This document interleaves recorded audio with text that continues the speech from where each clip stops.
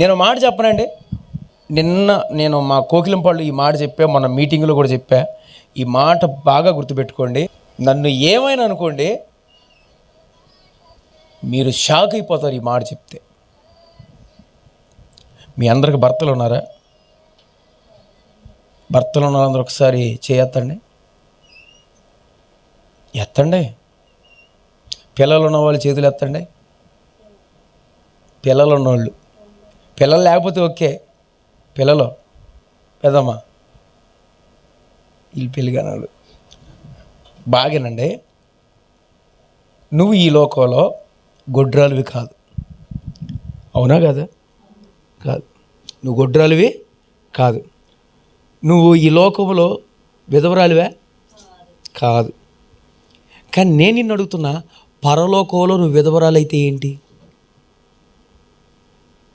పరలోకంలో నువ్వు గొడ్రాలైతే ఏంటి? పరలోకంలో దేవుడు మనందరి కోసం ఇల్లులను సిద్ధపరచడానికి వెళ్ళాడు. అక్కడికి నీ భర్త రావాలా, అక్కడికి నీ పిల్లలు రావాలా. మరి అక్కడికి నీ పిల్లలు రాకపోతే, అక్కడికి నీ భర్త రాకపోతే విధవరాలు. పరలోకంలో కూడా హెచ్చులు తక్కువలు ఉన్నాయంట తెలుసా? పరలోక రాజ్యంలో కూడా అల్పులు అవుతారంట తెలుసా? బైబిల్లో ఉంది. మనం అనుకుంటున్నాం భూలోకంలో నేను నా భర్తతో హ్యాపీగా ఉన్నాను, మంగళసూత్రం కట్టుకొని హ్యాపీగా ఉన్నాను అనుకుంటున్నావు. నువ్వు భయం లేదండి. నీ భర్త నరకానికి పోతే పరలోకంలో నువ్వు విధవరాలివే. అయ్యో ఎంత బాధాకరంగా ఉందో చూడండి ఆ మాట. ఏం చేయాలో తెలియదండి. ప్రభు దగ్గర కూర్చొని, పాదాల దగ్గర కూర్చొని, ప్రభా నా భర్త ఏంటి ప్రభా, వాడిని పట్టుకొని సన్నిధిలో కూర్చోబెట్టు ప్రభు అని అడిగేది లేదు. పిల్లలు పాడైపోయి చచ్చిపోతున్నారు అటు పక్క, ఎప్పుడు ఎవడు చస్తారో కూడా తెలియదు. అట్లున్నారు పిల్లోళ్ళు, తాగి తాగి తాగి చెప్తున్నారు. నీ పిల్లలు ఏదో ఒక రోజు చనిపోవటానికి సిద్ధమైపోయారండి. మీకు తెలుసా? మీ పిల్లలు కూడా ఆల్రెడీ రాంగ్ తప్పేశారు. పచ్చి బూతులు మాట్లాడుతున్నారు ఇక్కడ కూర్చునే పిల్లోళ్ళు. మీకు తెలియదు వాళ్ళు ఎంత లవ్ ట్రాక్లు నడుపుతున్నారో మీకు తెలియదు, ఎంత లైన్లు వేస్తున్నారో మీకు తెలియదు. మీరు అనుకుంటున్నారు పర్లేదు బాగానే ఉన్నారు అనుకుంటున్నావు. లేదు లేదు, అన్నీ మారిపోయినాయి. నీకు తెలియదు కదా, నాకు తెలుస్తుంది, నాకు తెలుసు. నేను మీకు చెప్తున్నానండి, పరలోకంలో నీ పిల్లలు లేకపోతే ఏంటి? పరలోకంలో నీ భర్త లేకపోతే ఏంటి? అక్కడ ఏదో మనకి దాంపత్యం ఉంటుందో ఇంకేదో ఉంటుందని నేను చెప్పట్లా. నీ భర్త పరలోకం రాకపోతే ఏంటి? అవ్వ ఆదం, రవిరాజు పుష్ప, ఆమె నాన్నే మీకు అర్థం అవడానికి చెప్పా. అవ్వ ఆదం, అబ్రహాము శారా, యాకోబు లేయా, దావీదు బత్షెబ, ఇంకేమైనా ఉన్నారా? రవిరాజు పుష్ప, నీ పేరు తబిత, పేరు మారాలిగా, తబిత నారాజన్న. మీ రేపు అక్క వద్దా? మరి చెప్పాలిగా, పేరు మారాలా. అది కూడా నేను ఏం చెప్తున్నా అర్థమవుతుందా? నువ్వు ఇక్కడ ఎట్లయితే నీ భర్తను కలిగి ఉన్నావో పరలోక రాజ్యంలో చూడండి. శారమ్మ గారు పరలోకలు అడుగుదాం. శారమ్మ గారు, మీ ఆయన గారు ఎవరు? మా ఆయన గారా అంటుందా లేదా? యాకోబు గారు, మీ ఆవిడ గారు ఎవరు? లేయా. దావీదా, భార్య ఎవరు అంటే చాలామంది ఉన్నారండి. మేం చెప్పు బత్షెబ అంటాడా లేదా? మరి మనల్ని అడిగితే కష్టమండి, చెప్పలేమండి అన్నట్టే ఫేసులు పెట్టారు. మరి మీకు ఏమైనా భయంగా ఉందా లేదా? ఎంత భయం, నాకు భయం వేస్తుంది, అదేంటో తెలియదు, నాకు భయం వేస్తుంది నిజంగా. అట్లా ఆలోచిస్తే పరలోక రాజ్యంలో దాంపత్యం అనేది సంసార జీవితాలు ఉండవు, కానీ పరలోక రాజ్యంలో నువ్వు భార్య భర్త ఉన్న క్లారిటీ ఉంది. దేవదూతల్లాగా ఉంటాం, కానీ మనకు నివాసాలు సిద్ధపరిచాడు. మనం ఏసైతే ఉండాలి. నీ భర్త ఉండాలో ఉండొద్దా?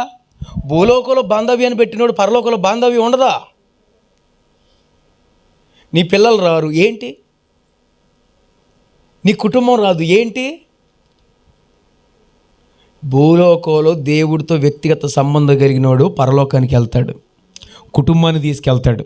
2 చేతులు తెచ్చుకున్న వాళ్ళు చెప్పొచ్చుగా హల్లెలూయా. దేవుడితో ఒక ఫెలోషిప్ కలిగి ఉన్న నోవాహు తన కుటుంబాన్ని రక్షించుకున్నాడు. నోవాహా, మీ ఇంట్లో ఎవరున్నారు, మీ వాళ్ళు ఎంతమంది ఉన్నారంటే, నా భార్య ఉందండి, నా పిల్లలు ఉన్నారండి, నా పిల్లల కోడళ్ళు కూడా ఉన్నారండి. చూడండి ఎంత అద్భుతమో.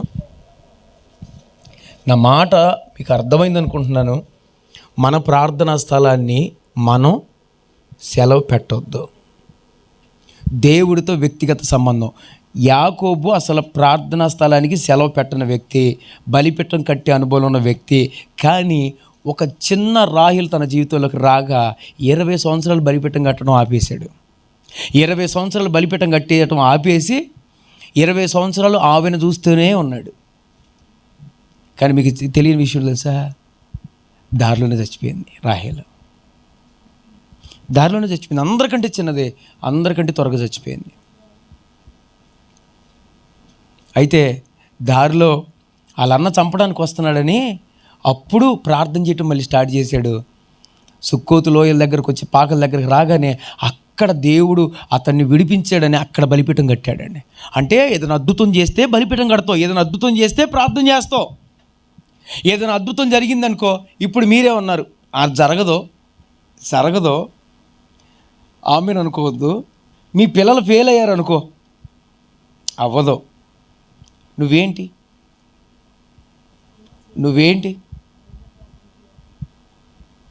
ఇది దేవుడే మీతో చెప్తున్నాడండి. ఫెయిల్ అవుతారు ఏంటి, సప్లిమెంట్ కట్టి చెప్పి చదివినోడికి చదివినంత కదా. నీ పిల్లలు ఎంజాయ్మెంట్ చేస్తున్నారు, వాళ్ళకి దేవుడు సపోర్ట్ చేస్తాడు, వాళ్ళు చదవాలిగా. వాడు లోక జ్ఞానం కంటే దైవ జ్ఞానం కూడా ఎదగాలిగా. నువ్వు గమనించు, వాడు దేవునిలో సరిగ్గా ఉండగా నువ్వు అసలు ప్రతిరోజు ఫోన్ చేసి ఎరా ప్రార్థన చేసుకుంటున్నావు అడుగుతున్నావా, అడిగిను. వాడు చేసుకుంటున్నాను క్లారిటీ చెప్పావా, లేదు.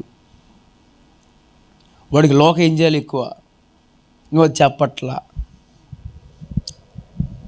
నువ్వు అద్భుతం జరగకపోతే నువ్వెవరో తెలుసా, మహా చండాలివి. అద్భుతం జరగకపోతే నువ్వెవరో తెలుసా, మామూలు దానివి కాదు. నువ్వు అసలు దేవుడే వద్దనే రేంజ్ నీది. ఏది, నీ పిల్లోడికి ఫెయిల్ అయితే గుర్తుపెట్టుకో. అందరూ గుర్తుపెట్టుకోండమ్మా. కానీ దేవుడు ఈ సంవత్సరం అందరినీ పాజ్ చేయను గాక.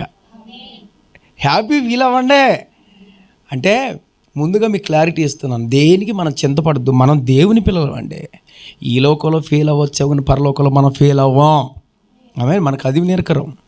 దేవుడు అక్కడి నుంచి ఒక ఆజ్ఞ పంపించిన కుమారులు మొత్తం పాస్ అవ్వాలంటే అయిపోద్ది సున్నామాలో. హల్లెలూయా. నీ దగ్గరే ఉంది. ప్రభా చూడు ఆయన అజ్జయ్ అని ఏడిచామనుకో ఏదో కూడా చేస్తాడు. వాడన్నా చేయట్లేదు, నువ్వన్నా చేయ అంటాడు ప్రభు. ఓకే, అలా చెయ్యి. మరి జరగలేదనుకో దూషించు మాకు. ప్రభు దాన్ని అనుకున్న కార్యం ఏంటో చూపిస్తాడు.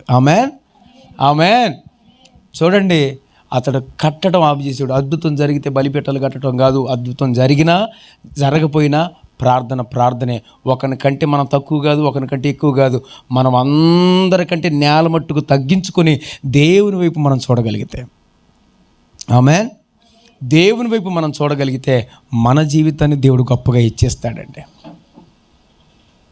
పర్లేదులే, నా జీవితం ఎలాగే కొనసాగించుకుంటే ఏం చేయమంటావు మరి అని అన్నారు అనుకో, ఒక్కసారి ఆగి, నా తల్లి ఒకసారి వందనాలు పెట్టండి అందరూ.